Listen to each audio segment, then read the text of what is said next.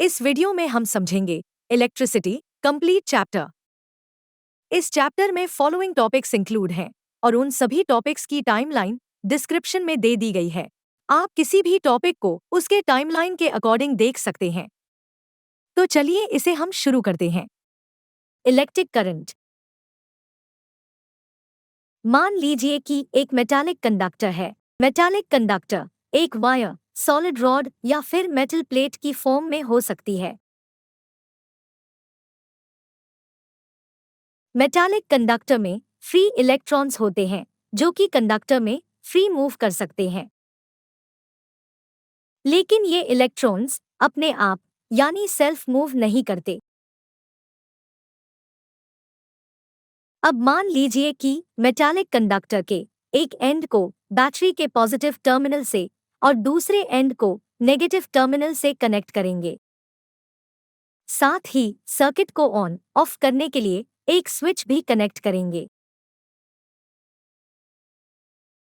जब हम स्विच को ऑन करते हैं तो हम देखते हैं कि इलेक्ट्रॉन्स मूव करने लगते हैं। जैसा कि हम जानते हैं कि इलेक्ट्रॉन्स पे नेगेटिव चार्ज होता है, जिसके कारण इलेक्ट्रॉन्स नेगेटिव टर्मिनल से रिपेल और पॉजिटिव टर्मिनल से अट्रैक्ट होते हैं। इन दो फोर्सेस के कारण इलेक्ट्रॉन्स एक पर्टिकुलर डायरेक्शन में फ्लो करते हैं। ये डायरेक्शन बैटरी के नेगेटिव टर्मिनल से पॉजिटिव टर्मिनल की ओर होती है।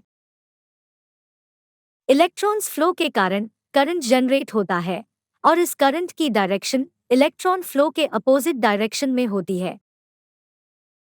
इलेक्ट्रिक करंट को हम कुछ इस तरह डिफाइन कर सकते हैं। The amount of charge flowing through a particular area in per unit time. In other words, it is the rate of flow of electric charges.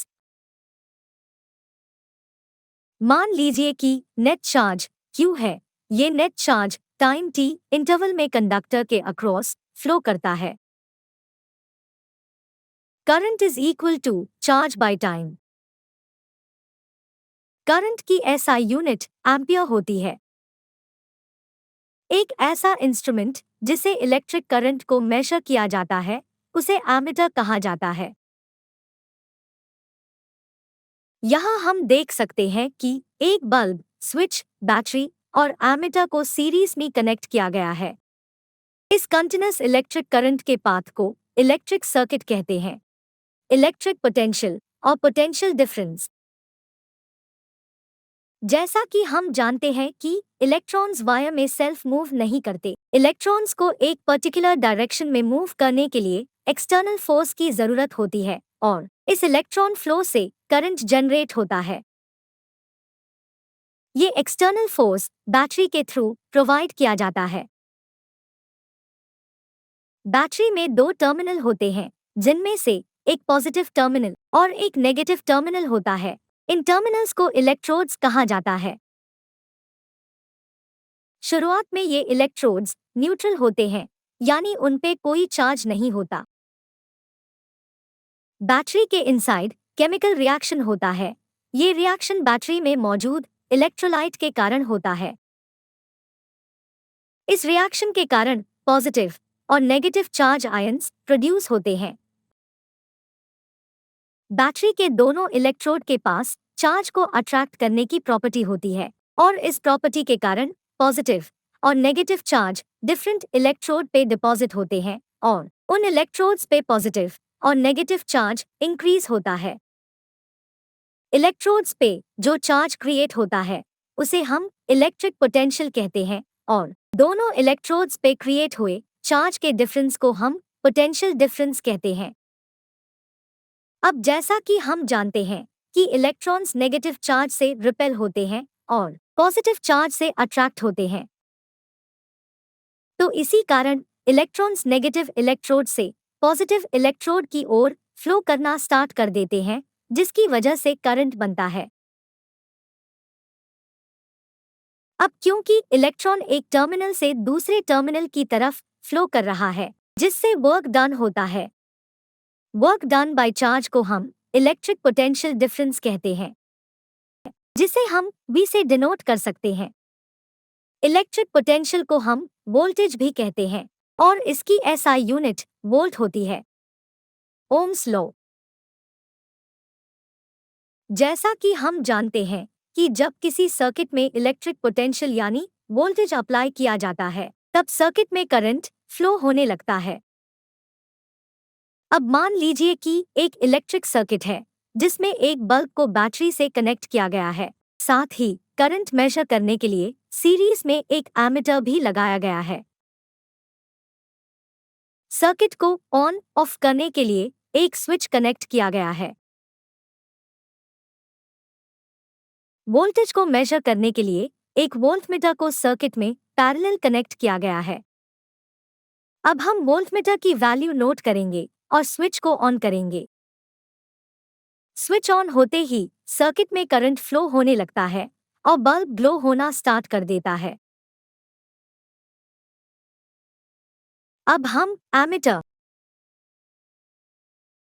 और वोल्टमीटर की वैल्यू नोट करेंगे। आगे हम सर्किट में एक आइडेंटिकल बैटरी सीरीज में connect करेंगे। जब हम स्विच को ऑन करते हैं तब हम देखते हैं कि बल्ब पहले के कंपैरिजन में ज्यादा ग्लो कर रहा है। अब हम फिर से एमीटर और वोल्टमीटर की रीडिंग नोट करेंगे। इस बार हम देखते हैं कि एमीटर की रीडिंग वोल्टेज के सेम प्रोपोर्शन में इंक्रीज हुई है। इस स्टेप को हम 3 सेल्स और फिर 4 सेल्स के साथ रिपीट करेंगे। अब हम वोल्टेज और करंट के रेशियो को कैलकुलेट करेंगे। ऐसा करने पर हम पाते हैं कि हर एक स्टेप में वोल्टेज और करंट का रेशियो लगभग एक जैसा ही है।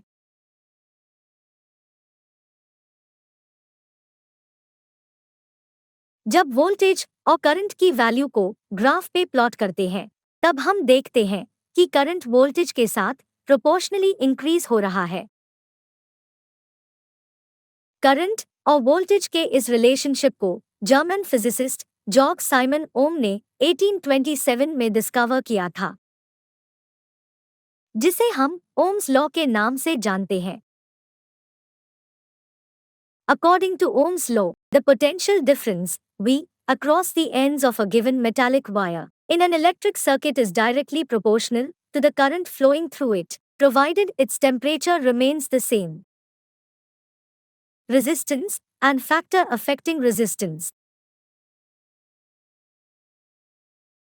जैसा कि हम जानते हैं, सर्किट में इलेक्ट्रॉन मोशन के कारण इलेक्ट्रिक करंट बनता है।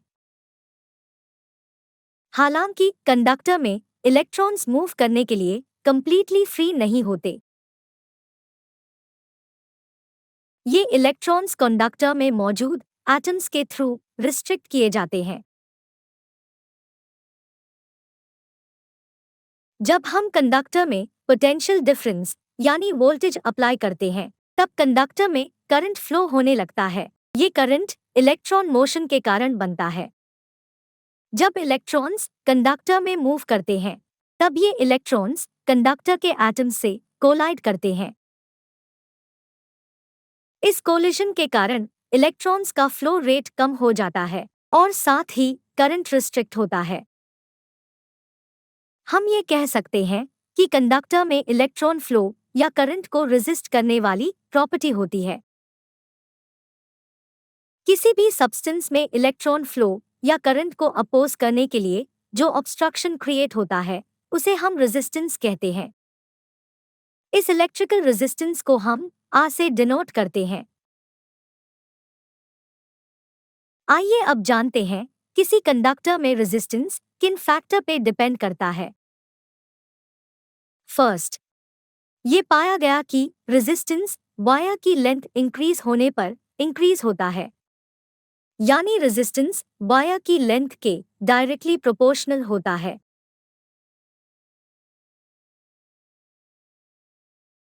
सेकंड, ये पाया गया कि रेजिस्टेंस कंडक्टर का एरिया इंक्रीज करने पे डिक्रीज होता है, यानी रेजिस्टेंस कंडक्टर एरिया के इन्वर्सली प्रोपोर्शनल होता है।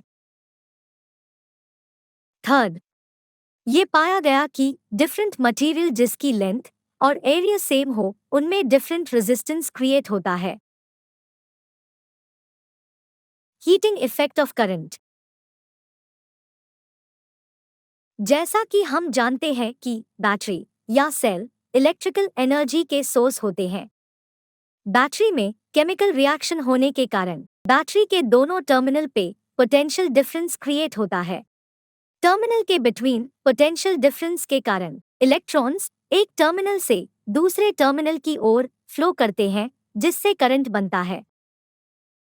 किसी भी इलेक्ट्रिक सर्किट में हर एक कंपोनेंट रेजिस्टेंस क्रिएट करता है, लेकिन कोई ऐसा इलेक्ट्रिकल कंपोनेंट जो स्पेसिफिक रेजिस्टेंस क्रिएट करता है उसे हम रेजिस्टर कहते हैं। जब इलेक्ट्रॉन रेजिस्टर में फ्लो करते हैं तब वो रेजिस्टर के एटम्स के साथ कोलाइड करते हैं। इस कोलिजन के कारण एटम्स वाइब्रेट होने लगते हैं। जितना ज्यादा कोलिजन उतने ही एटम्स वाइब्रेट होते हैं। इस वाइब्रेशन के कारण काइनेटिक एनर्जी बनती है और ये काइनेटिक एनर्जी हीट एनर्जी में कन्वर्ट होती है। इस हीट एनर्जी के कारण कंडक्टर का टेम्परेचर इंक्रीज होने लगता है। इस फेनोमेनन को हम हीटिंग इफेक्ट ऑफ करंट कहते हैं। हीट को हम कुछ इस तरह से रिप्रेजेंट कर सकते हैं। इसे हम जूल्स लॉ ऑफ हीटिंग के नाम से भी जानते हैं। इसमें H हीट है, I करंट, R रेजिस्टेंस और T टाइम है। Joules law of heating implies that first, heat current square के डायरेक्टली प्रोपोर्शनल होता है। सेकंड, हीट रेजिस्टेंस के डायरेक्टली प्रोपोर्शनल होता है। थर्ड, हीट टाइम के डायरेक्टली प्रोपोर्शनल होता है। इस वीडियो में अभी के लिए बस इतना ही। अगर आपको हमारा ये वीडियो अच्छा लगा तो हमारे इस चैनल को सब्सक्राइब करें, इस वीडियो को लाइक और शेयर करें।